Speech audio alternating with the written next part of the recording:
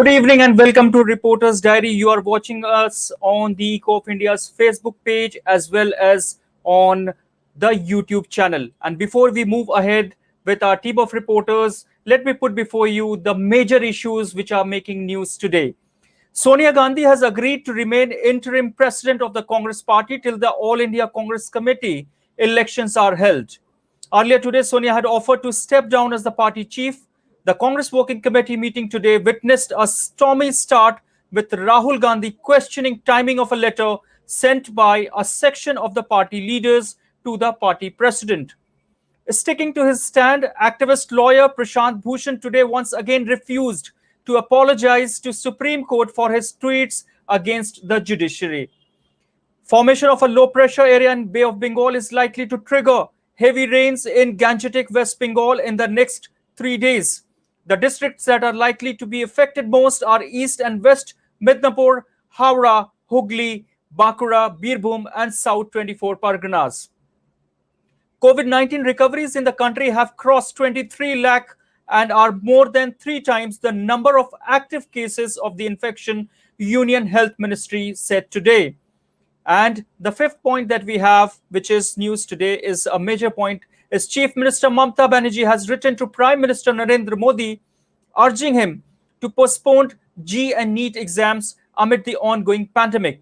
It may be recalled here that Supreme Court had recently dismissed pleas seeking postponement of these exams, which are scheduled to be held in September.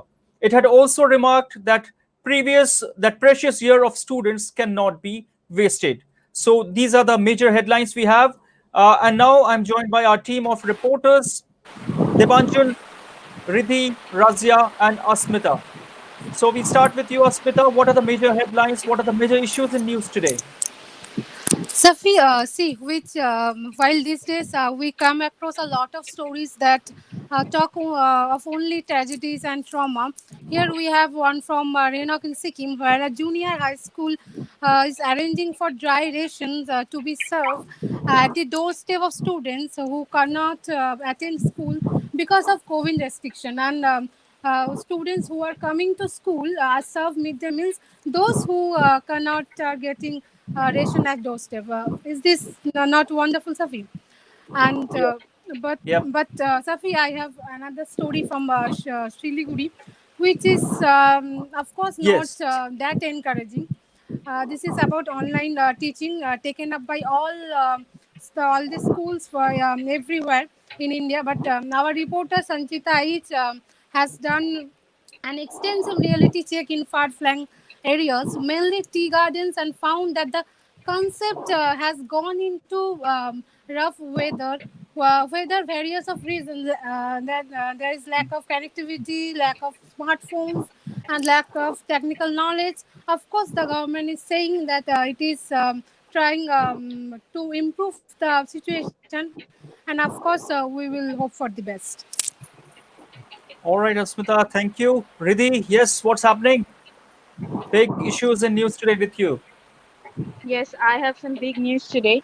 After 15 years of rule in Kerala, led by Pineri Vijayan, is now facing a no confidence motion by Congress led UDF government. They are alleging about the gold smuggling case and also about the Life's Mission housing projects. Today, Congress legislature VD Satisan said that the Chief Minister's office is surrounded by the gold smuggling, is hijacked by the gold smuggling gang.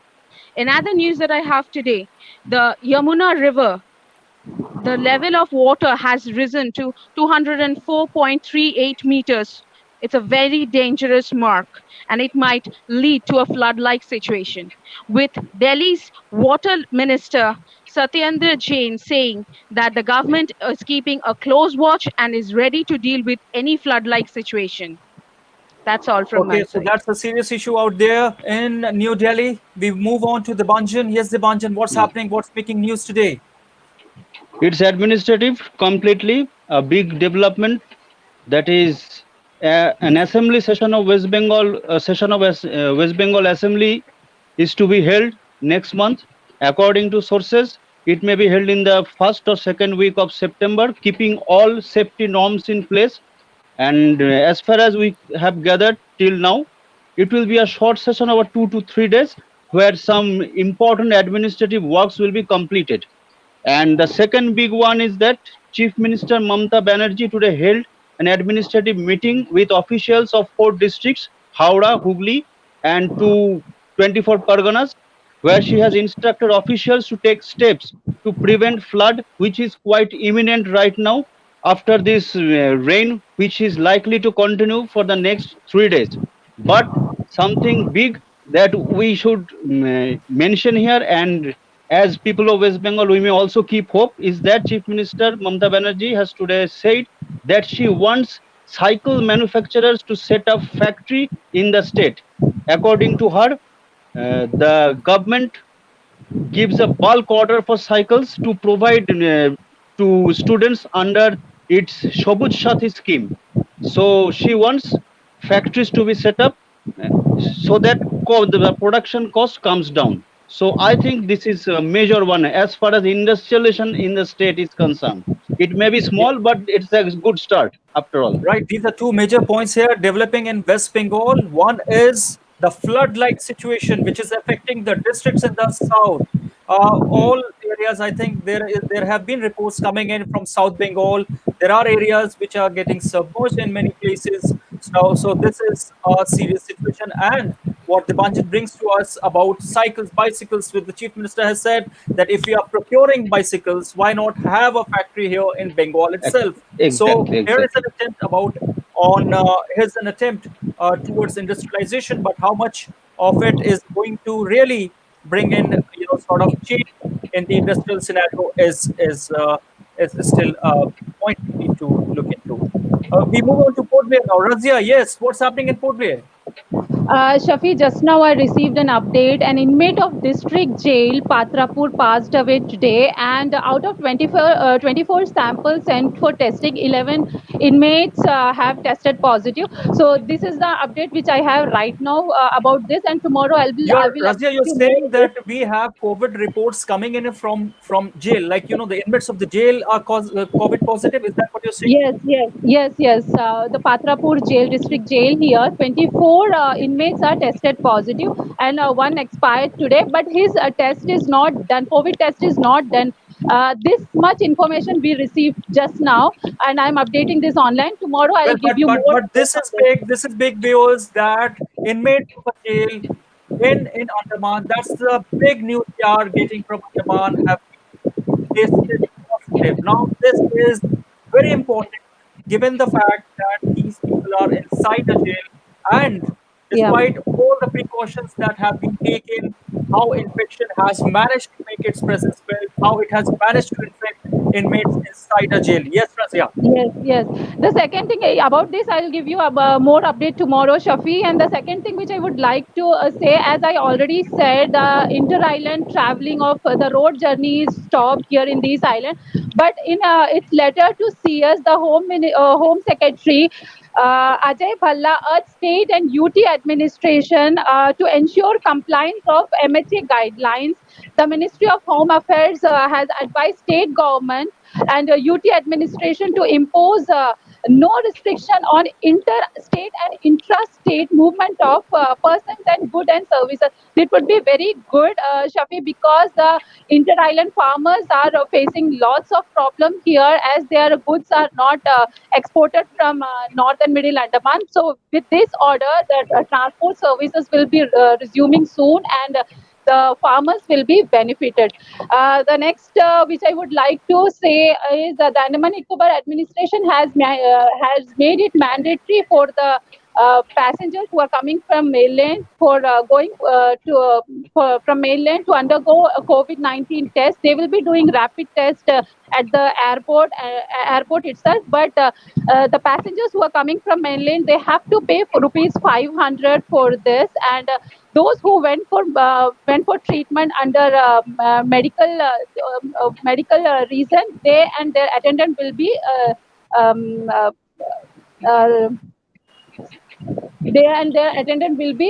left. They don't have to pay the amount. And these three things which I would like to say. And the last, as I said, I want to give the COVID update of Andaman Nicobar Island. 54 persons tested positive, and 32 fatalities and 72 patients recovered here in Andaman Nicobar Islands, Shafi. So that's all from here today. Right, Razia. But what about weather? Because see, here we are having, say strong rain in southern parts of Bengal. Anything on the weather front that's happening in Port Blair?